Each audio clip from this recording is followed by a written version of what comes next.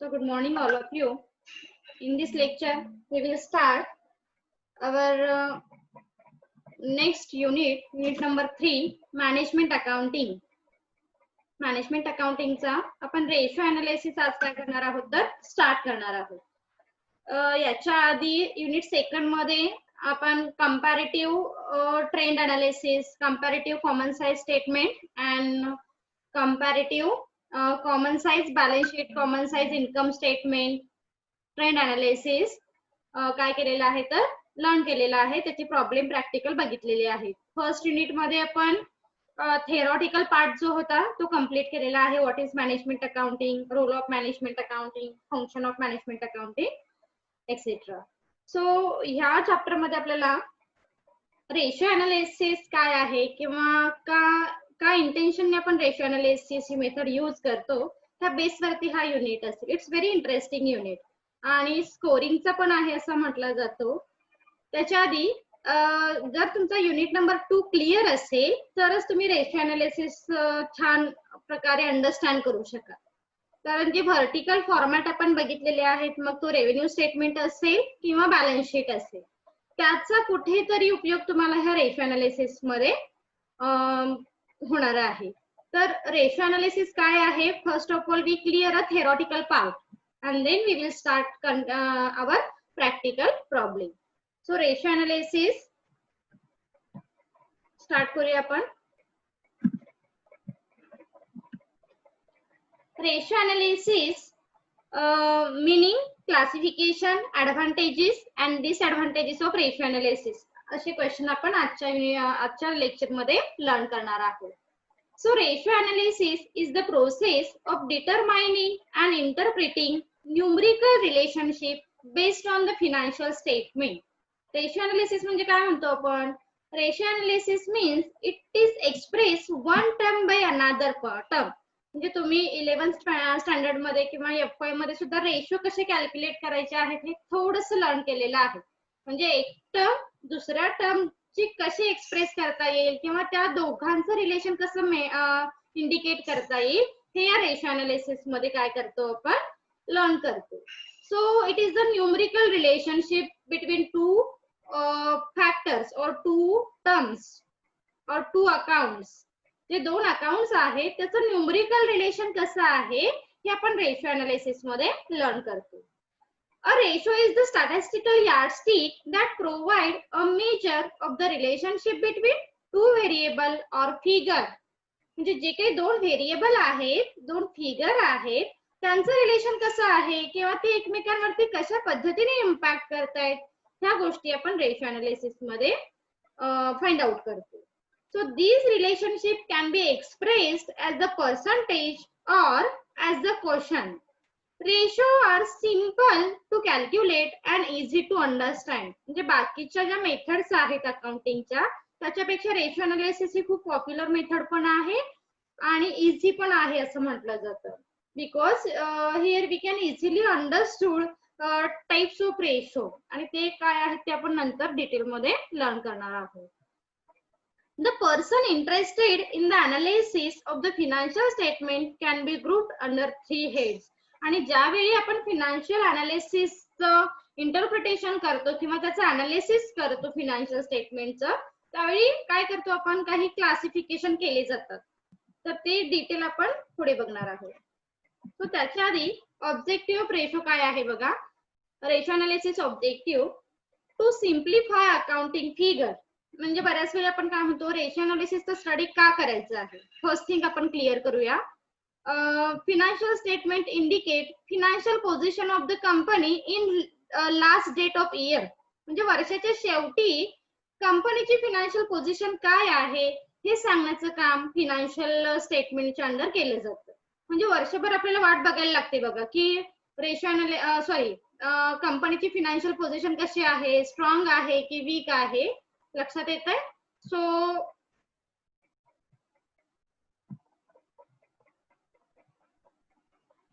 ह्या गोष्टी आपल्याला रेशो अनालिसिस मुळे बघायला. आणि रेशो अनालिसिस मध्ये काय आहे बेसिक थिंग, तर रेशो अनालिसिस मध्ये असं नाही की तुम्ही वर्षभर वाट बघा आणि मग तुमची फिनान्शियल पोझिशन काय आहे हे फाइंड आउट करा. No, not necessary. Ratio analysis indicates the financial position of the company is day wise, week wise, quarter wise, month wise or year wise, whatever it may be. जे तुम्हाला require आहे त्या point of view ने आपली financial position काय आहे, liquidity position काय आहे, सॉल्व्हन्सी पोझिशन काय आहे हे दाखवण्याचं छान एक परफॉर्मन्स देण्याचं काम रेशो अनालिसिसच्या अंडर केलं जाऊ शकतं. So this is the base of ratio analysis. Then next objective, to facilitate analysis of financial statement. आणि financial statementचं एक छान analysis करण्याचं काम रेशो अनालिसिसच्या अंडर केलं जाऊ शकतं. To analyze the operational efficiency of an business. मग बिझनेसची इफिशियन्सी कशी आहे, ऑपरेशन कसं आहे, we can easily find out with the help of ratio analysis. To help budgeting and forecasting. आणि मग ह्या रेशो अनालिसिस मधून आपण काय करू शकतो, बजेट डिटरमाइन करणं किंवा फोरकास्टिंग करणं ह्या गोष्टी क्लिअर करू शकतो. To facilitate intra firm and inter firm comparison of the performance. Intra firm किंवा इंटर फर्म म्हणजे फर्मच्या फर्म मध्ये काय करणं, कंपॅरिझन करणं किंवा एखाद्या सेम टाइप्स ऑफ कंपनी सोबत सुद्धा कंपॅरिझन ह्या रेशो अनालिसिसच्या अंडर केलं जाऊ शकतं.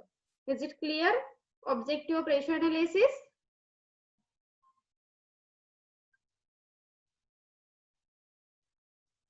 Is it clear? Yes. Yes. Yes. Okay. Ratio analysis का फाइंड आउट केला जातो किंवा का कॅल्क्युलेट केला जातो हे मात्र बेसिक लक्षात ठेवा. Financial statement indicate financial position in last date of year, but ratio analysis indicate all types of position of the company in day wise, week wise, month wise और इयर वाइज. लक्षात येत आहे? आपण कधीही आपल्याला financial position check करायची असेल तर रेशो अनालिसिस ही खूप छान मेथड आहे, गुड मेथड आहे अकाउंटिंगची असं म्हटलं जातं. सो आपण पुढे जाऊ. Advantages of ratio analysis. So advantages काय आहेत बघा रेशो अनालिसिसचे. फर्स्ट आहे measuring operational efficiency. Ratio analysis help to know operational efficiency of the business by finding the relationship between operating cost and revenue, and also by comparison of present ratio with those the past ratio. It's very important thing. म्हणजे फक्त करंटची situation न बघता न check करता ratio analysis तुम्हाला काय करतंय, रेशो अनालिसिस हे to find out the last year performance as compared to past as compared to current year performance. म्हणजे लास्ट इयरच्या कम्पेअर मध्ये आता आपण पॉझिटिव्ह वेने जातोय की निगेटिव्ह वेने जातोय हे मेजर करण्याचं काम रेशो अनालिसिसच्या अंडर केलं जाऊ शकतं, like a comparison. Okay. Second thing, measuring financial solvency. Solvency म्हणजे माहिती आहे आता तुम्हाला. सॉल्व्हन्सी म्हणजे काय म्हणतो आपण, like a capability to pay a liability of a business. Okay. So मग यामध्ये आपण अगेन टू पार्ट करतो, short term solvency and long term solvency. So ratio analysis help to ascertain the liquidity or short-term solvency and long-term solvency of the business concerned. मग actually organization ची solvency position कशी आहे किंवा long-term solvency position कशी आहे, short-term solvency position कशी आहे, otherwise liquidity position कशी आहे, all things indicate under ratio analysis. Okay, या सगळ्या गोष्टी आपण रेशो अनालिसिसच्या under we can easily find out clearly and smoothly. आपण इझिली काय करू शकतो ते फाइंड आउट करू शकतो. इज इट क्लिअर फर्स्ट और 2 point?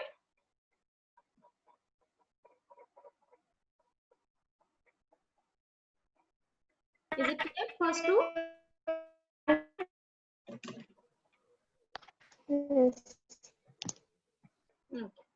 Then facilitating investment decision.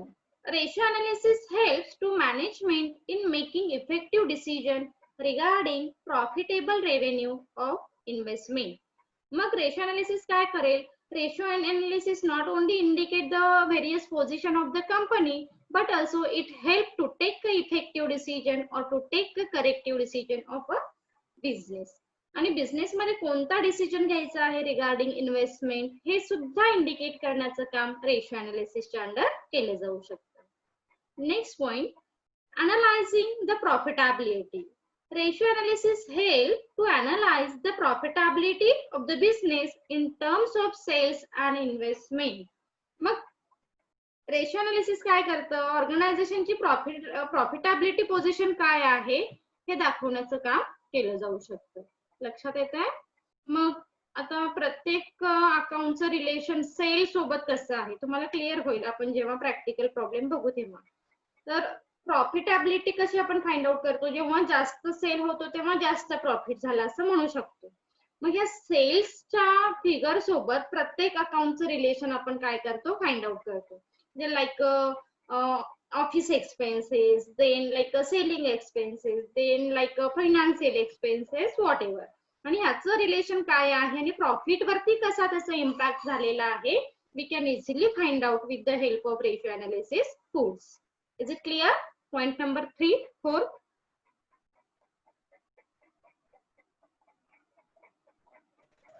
Yes.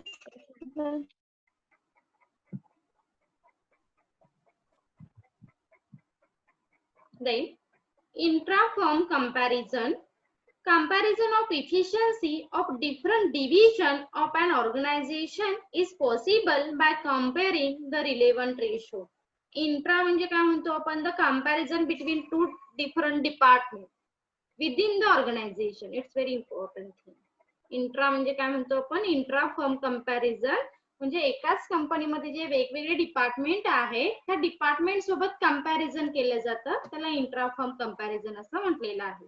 For example, एक मॅन्युफॅक्चरिंग कंपनी आहे, ती सोपचं पण प्रोडक्शन घेते आणि ऑइलचं पण प्रोडक्शन घेते.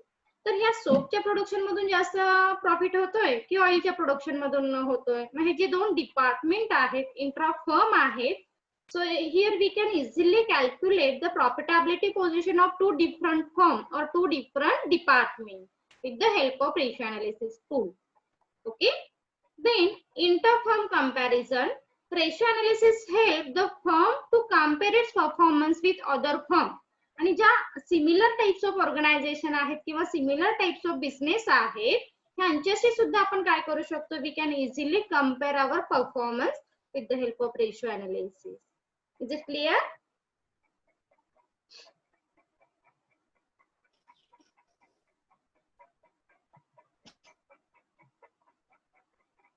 Is it clear? अरे बोला. Yes, ma'am. तुम्ही एवढा वेळ का घेताय रे? तुम्हाला माहिती आहे ना मी हार्डली 2 पॉइंट झाले की तुम्हाला विचारणार. माईक ऑनच करून ठेवायचं तेव्हा. क्लिअर असेल, नॉट क्लिअर असेल. एफआय चे स्टुडंट कसले फटाफट आन्सर देतात. तुम्ही फार आळशी झालेत ऑनलाईन क्लासेस मध्ये. तर ऍडव्हान्टेजेस आपले क्लिअर झालेले आहेत. त्याच्यानंतर आपण डिसएडव्हान्टेजेस बघणार आहोत. Limitation of ratio analysis. तर काही लिमिटेशन सुद्धा तुम्हाला काय करावे लागणार आहेत, फेस करावे लागणार आहेत जेव्हा आपण रेशिओ अनालिसिस टूल्स हे यूज करू तेव्हा. सो फर्स्ट लिमिटेशन आहे, ratio are only means, that means ratio are not end in themselves, but they are only means to achieve a particular purpose. Analysis of relevant items must be done by management or expert with the help of ratio. It's very important. हे ratio analysis तुम्ही नाही directly calculate करू शकत, तर त्यासाठी management किंवा expert person असणं महत्त्वाचं आहे. So for calculating specific ratio, आणि फक्त आपण एका टर्मचं रिलेशन काय करू शकतो त्याच्यामध्ये फाइंड आउट करू शकतो. So this is the some limitation of ratio analysis. Second thing, accuracy of financial information. The accuracy of a ratio depends on the accuracy of information taken from financial statement. If the statement are inaccurate, ratio computed based on the that will also be inaccurate. म्हणजे जर तुम्ही financial statement मधून जर एखादा data collect केला आणि तो data किंवा ती फिगर थोडीशी जरी रॉंग असेल तर तुमचा रेशो, तुमची पोझिशन ही रॉंग येऊ शकते. लक्षात येते? कारण ह्या फिनान्शियल स्टेटमेंट बेस वरतीच आपला रेशो हा डिपेंड्स असणार आहे. मग फिनान्शियल स्टेटमेंट आणि फिनान्शियल अकाउंट बोथ असतील यामध्ये. Trading account, profit and loss account आणि बॅलन्स शीट, हे तिन्ही अकाउंट मधून आपण काय करतो, 2 अकाउंट आणि 1 स्टेटमेंट, त्याच्यामधून आपण रेशिओ अनालिसिस हे कॅल्क्युलेट करत असतो. So accuracy of ratio analysis is totally depends on accuracy of financial statement and financial account. Okay. So ह्याच्यामध्ये जर accuracy नसेल तर नक्कीच तुम्हाला याचे लिमिटेशन फेस करावे लागतील. Is it clear? First two? Yes, ma'am. Yes, ma'am. Yes, ma'am. Very good. Next point. Consistency in preparation of financial statement. Consistency. तुम्हाला काही कन्सिस्टन्सी सुद्धा काय करावी लागणार आहे, बघावी लागेल. When preparing financial statement, inter-firm comparison with the help of ratio analysis will be meaningful only if the firm allow uniform accounting procedure consistently. Okay. म्हणजे काय सांगायचंय, म्हणजे आपण काय की माझी एक ऑर्गनायझेशन आहे. जसं आपण लास्ट एक्झाम्पल घेतलं की मी काय करते, माझं प्रोडक्शन सोपचं आहे आणि दुसरी पण एक फर्म आहे, त्यांचं पण प्रोडक्शन हे सोपचं आहे. सो मी कंपॅरिझन करते दोन फर्मचं, पण मी जी अकाउंटिंग मेथड फॉलो करते प्रिपरेशन साठी, सेम टाइप्स ऑफ कंपनी ती फॉलो करत असेल तर ओके, तर तुमचे रिझल्ट ॲक्युरेट येऊ शकतील. जर त्यांची मेथड अकाउंटिंगची डिफरंट आहे, तुमची मेथड अकाउंटिंगची डिफरंट आहे, and we prefer the ratio analysis method, so we can't find out the accurate result of this position. Okay. So ह्यावेळी मात्र तुमचे जे रिझल्ट येतील ते तितके ॲक्युरेट असतील असं नाही.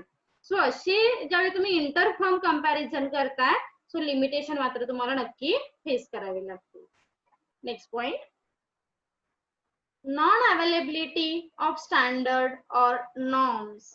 हे खूप महत्वाचं लिमिटेशन असेल, कारण standard is depends on company to company और फर्म टू फर्म.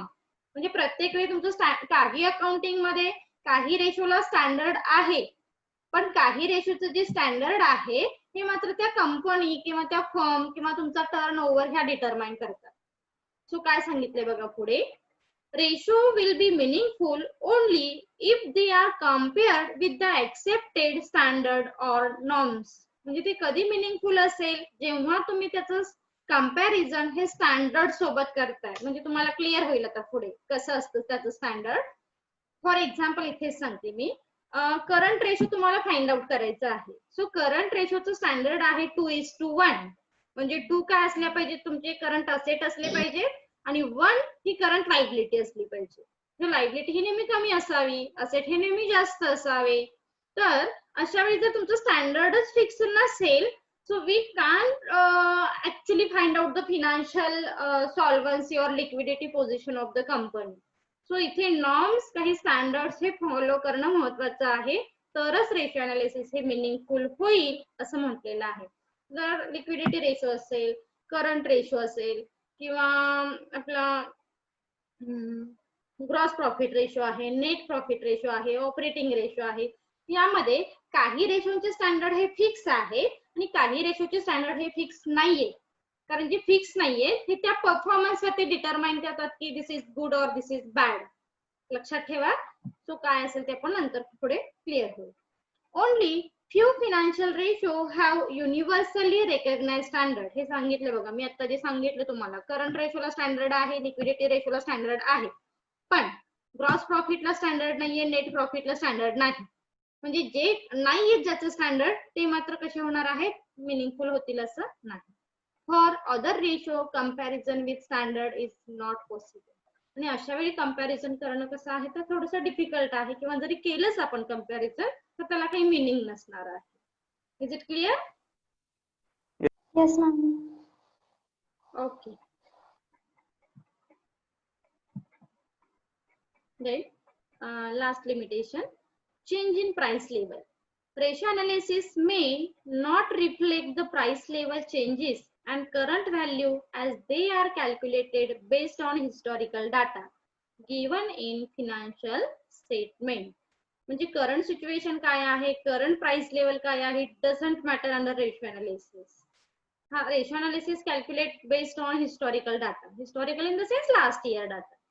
लक्षात येते. सो लास्ट इयरचं कंपॅरिझन करंट इयरशी होते, पण करंट इयर मध्ये ज्या सिच्युएशन आहेत, जे प्रॉब्लेम आहेत, जे थ्रेट आहेत, जे अपॉर्च्युनिटीज आहेत, we can't consider under ratio analysis. Okay, so हे जे लिमिटेशन आहेत हे तुम्हाला रेशो अनालिसिस मध्ये बघायला मिळू शकतात. Is it clear? Limitation of ratio analysis. Yes, ma'am.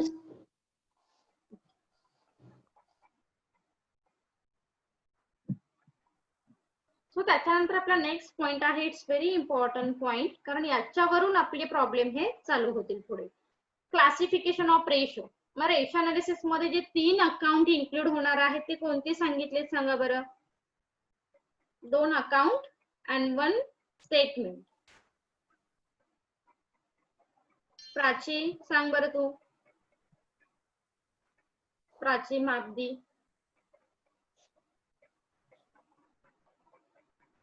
Prachi, are you hearing?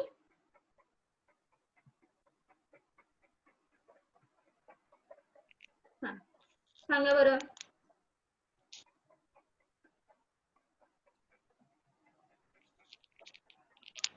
आपण रेशो अनालिसिस मध्ये जे अकाउंट यूज करणार आहोत, जे मी आता इंट्रो मध्ये सांगितले की 2 अकाउंट असतील आणि एक स्टेटमेंट असेल, ते कोणते असणार आहेत त्याच्यावरून आपण क्लासिफिकेशन करतो. सांगता येईल कोणाला? किती लक्ष आहे बघूया तुमचं, कॉन्सन्ट्रेशन.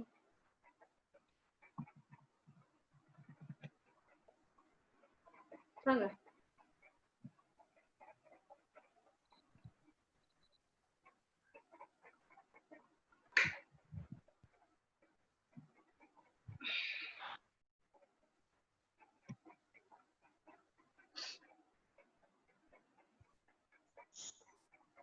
सांगता येईल का? हो नाही काहीतरी ना हे कोणालाच नाही सांगता येणार. किती कॉन्सन्ट्रेशन तुमचं खूपच आहे. मग रेशो अनालिसिस मध्ये आपण 2 अकाउंट जे यूज करणार, म्हणजे मी ते कोणते सांगितले, ट्रेडिंग अकाउंट आणि profit and loss account 2 account असतील आणि एक स्टेटमेंट असेल जे असेल financial statement, that means balance sheet. लक्षात ठेवा, विसरू नका. या तिन्ही अकाउंटच आपण रेशो अनालिसिस मध्ये काय करणार आहोत तर यूज करणार आहोत. And then this is classified into 2 category, traditional classification and functional classification. So now we learn detail one by one. Traditional classification म्हणजे काय बघा. Traditional classification of ratio is done on the basis of the financial statement from which the ratio are calculated. Traditional classification काय सांगितलं, ते कशावरती base असणार आहे, financial statement वरती base असेल. Under the traditional classification of ratio मग काय आहे बघा, पुढे दिलेलं आहे balance sheet ratio, income statement ratio and inter statement ratio. Okay, हे ट्रॅडिशनल क्लासिफिकेशन आहे. आता पुढे त्याचं परत डिटेल दिलेलं आहे. This is actual classification of traditional. मग बॅलन्स शीट मध्ये कोणते अकाउंट येतात, कोणते रेशो फाइंड आउट करणार आहोत आपण. फर्स्ट आहे करंट रेशो, सेकंड आहे क्विक रेशो, थर्ड आहे proprietary ratio and then fourth डेप्थ इक्विटी रेशो. अजून यामध्ये थोडेसे डिटेल आपल्याला बघायला मिळते. Income statement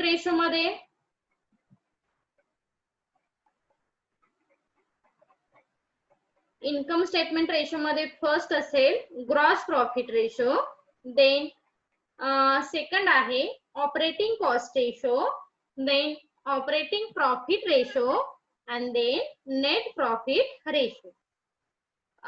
Then inter-statement ratio means this includes return on investment, then trade receivable, then turnover ratio. म्हणजे trade receivable ला turnover ratio असं म्हटलं जातं. Trade payable turnaround ratio and last fixed asset turnaround ratio. आता हे जे classification दिलंय त्याच्यामध्ये अजून डिटेल आपल्याला बुक नुसार बघायचं आहे.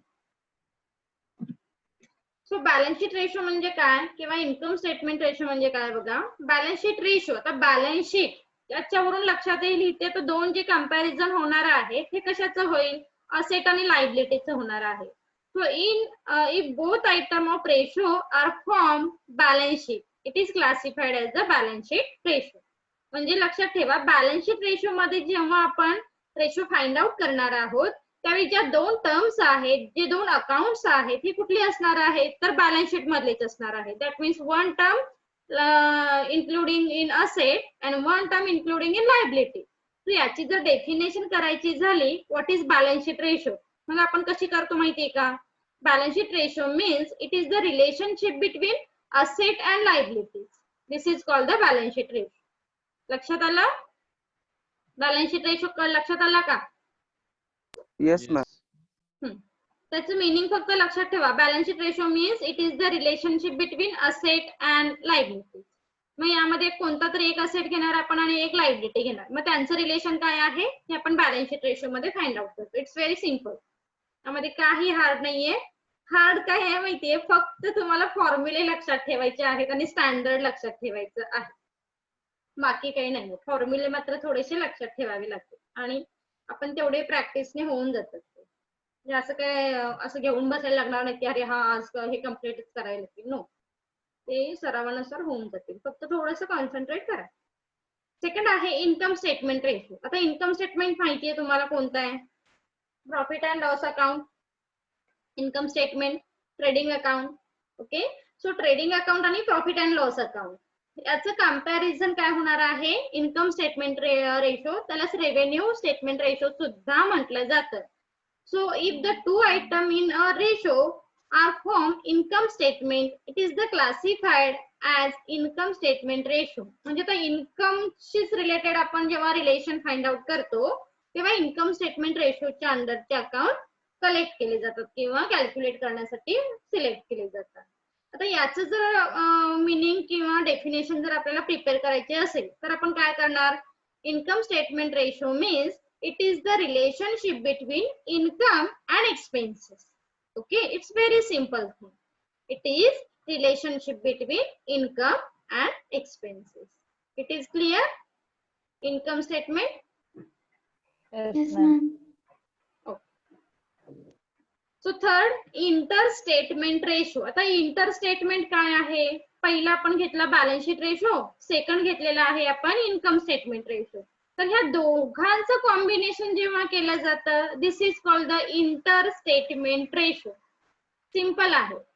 म्हणजे काय सांगायचंय बघा, if a ratio is computed with one item from income statement and another item from balance sheet, म्हणजे एक आयटम असेल इन्कम मधला आणि सेकंड आयटम असेल बॅलन्स शीट मधला, this is called the inter statement ratio. Clear झाला inter statement? Yes Ma'am. मग याची डेफिनेशन जर करायची म्हटलं तर आपण कशी करणार? Inter statement ratio means it is the relationship between income statement and balance sheet. Okay, it is relationship between income statement and balance sheet. आता पुढे जाऊ आपण फिनान्शियल क्लासिफिकेशन. फिनान्शियल क्लासिफिकेशन म्हणजे काय बघा, जे आता आपण बघितलं त्याच क्लासिफिकेशन परत वेगळ्या पॉइंट ऑफ व्ह्यूने थोडंसं केलेलं आहे, financial point of view. So financial classification of ratio is based on the purpose for which ratio are computed and it is the most commonly used classification. म्हणजे यामध्ये पण मग तुम्ही काय करता तर वेगवेगळ्या पोझिशन चेक करता रिगार्डिंग फिनान्शियल काय म्हणते मी, functional point of view, function कसे रन होतात त्या point of view. Under the functional classification the ratio, functional classification मग काय आहे? लिक्विडिटी रेशो आहे, लॉंग टर्म सॉल्वन्सी रेशो आहे, टर्नओव्हर रेशो आहेत आणि प्रॉफिटेबिलिटी रेशो आहे. Liquidity ratio means this ratio indicate the quick financial position of the company. लक्षात ठेवा, लिक्विडिटी मध्ये काय असतं? विदिन द इयर, एका वर्षामध्ये तुमची फिनान्शियल पोझिशन कशी चेंज होत जाते हे सांगण्याचं काम लिक्विडिटी रेशोच्या अंडर केलं जातं. मग ह्या लिक्विडिटी रेशो मध्ये करंट रेशो आणि लिक्विडिटी रेशो असे दोन रेशो येतात, ते आपण डिटेल आता बघणार आहोत. त्याच्यानंतर आहे second long term solvency ratio. So यामध्ये सुद्धा आपण बॅलन्स शीट आयटम काय करतो? फाइंड आउट, कॅल्क्युलेट करतो and we find out the long term solvency position of the company. So long term म्हणजे काय? तर 1 वर्षानंतर सुद्धा म्हणजे 5 वर्ष 10 वर्ष या इयर मध्ये कंपनीची फिनान्शियल पोझिशन काय होती हे आपण लॉंग टर्म सॉल्व्हन्सी रेशो वरून फाइंड आउट करतो. Third thing, turnover ratio. The turnover, this is related to the sale. Okay, so sale expressed by another term. Sales relation बाकी कोणासोबत आहे? Sales relating to the gross profit, sales relating to operating expenses, sales relating to the net profit, sales relating to the depreciation, whatever. जे expenses चे item आहेत तो कोणताही एक item घेतला जातो आणि एक्सप्रेस केला जातो आणि टर्नओव्हर रेशो फाइंड आउट केला जातो. प्रॉफिटेबिलिटी रेशो, मग प्रॉफिटेबिलिटी मध्ये सुद्धा net profit divided by net sales into 100. Profitability कशाशी रिलेटेड आहे हे कॅल्क्युलेशन प्रॉफिटेबिलिटी रेशो मध्ये फाइंड आउट करतो. Is it clear?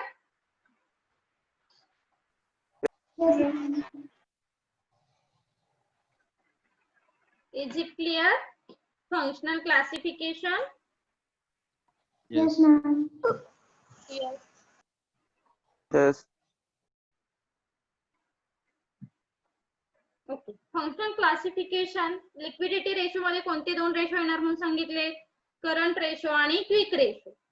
त्याच्यानंतर लॉंग टर्म सॉल्व्हन्सी रेशो मध्ये depth equity ratio, proprietary ratio, capital gearing ratio. Then profitability ratio includes gross profit ratio, operating cost ratio, operating profit ratio, net profit ratio, and return on investment ratio. Then turnaround ratio includes stock turnover ratio, trade receivable turnaround ratio, trade payable turnaround ratio, fixed asset turnaround ratio, etc. आणि हे काय केलं जातं? Proper classification केलं जातं आणि मग liquidity position काय आहे, लॉंग टर्म सॉल्व्हन्सी पोझिशन काय आहे, प्रॉफिटेबिलिटी पोझिशन काय आहे, टर्न अराउंड पोझिशन काय आहे, we can easily find out in this ratio आणि ह्या रेशो नुसार आपण ते फाइंड आउट करतो. ओके, सो हे जे डिटेल आहेत त्याच्या बेसवरती आपले प्रॅक्टिकल प्रॉब्लेम चालू होते. सो पहिला आपण बघणार आहोत बॅलन्स शीट बेस वरती जे आहेत करंट रेशो, लिक्विडिटी रेशो हे कसे फाइंड आउट करायचे. सो नेक्स्ट लेक्चर पासून आपले प्रॅक्टिकल प्रॉब्लेम चालू होतील आणि सेम टाइम तुम्हाला मग तो रेशो काय आहे, त्याचं रिलेशन, त्याचं स्टँडर्ड हे सांगितलं जाईल. Okay, so current ratio means it is the relationship between current asset and current liability. हे दोन रेशो फक्त आपण बघू. Current ratio means it is the relationship between current asset and current liability. आता करंट असेट मीन्स व्हॉट हे already आपण unit number 2 मध्ये learn केलेलं आहे. करंट असेट म्हणजे काय म्हणतो आपण, like cash, debtors, bills receivable, prepaid expenses. Okay, this is the current ratio, current asset. Current liability म्हणजे काय मग, creditors, bank overdraft, provision for tax, propose dividend, outstanding expenses etcetera. So ह्या दोघांचं relation जे आहे हे करंट रेशो मध्ये आपण काय करतो, फाइंड आउट करतो. So the standard of current ratio is 2:1. 2 तुमचे करंट असेट असले पाहिजे, 1 तुमची करंट लायबिलिटी असली पाहिजे. सो आपला टाइम कंप्लीट होतोय. क्विक रेशो आपण नेक्स्ट लेक्चरला कंटिन्यू करूया. थँक्यू.